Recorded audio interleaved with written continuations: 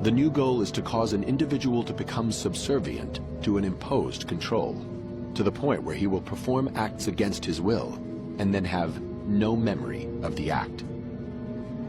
The search for a real-life Manchurian candidate begins.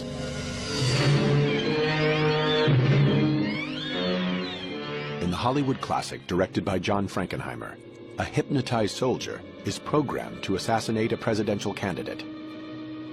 Like a clip from the movie, the CIA attempts to create its own Manchurian assassins using hypnosis and drugs. You create this new identity inside that's hidden from the main part of the person by an amnesia barrier. And then using an access code, you can call out this new identity for whatever mission purpose.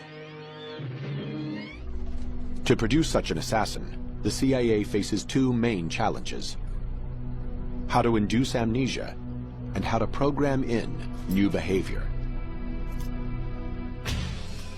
In 1957, Dr. Ewen Cameron, an eminent psychiatrist in Montreal, believes he has the answers.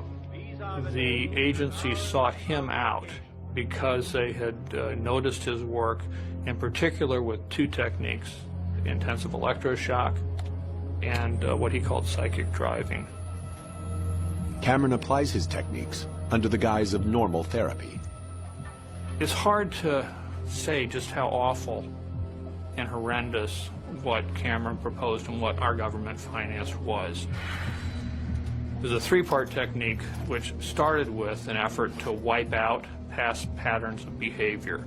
And this was accomplished through the use of particularly intensive, repeated, high-level electroshocks until no more convulsions could be elicited from a patient. Cameron then plays tape-recorded messages through helmets that are locked to his patients' heads. This psychic driving forces them to listen to repetitive statements for weeks on end to program in new behavior. Now, the final phase was to try to wipe out all recollection of what had happened, and that was accomplished by putting people to sleep for 30, 40 days, accompanied by different kinds of cocktails of drugs. Now, that's not any kind of therapy. That's a brainwashing experiment. Since the Greeks first started thinking about medical ethics, the first rule was do no harm. That's a rule Cameron broke. For 4 years, the CIA fully funds Cameron's work, hoping to use his techniques to create a Manchurian candidate.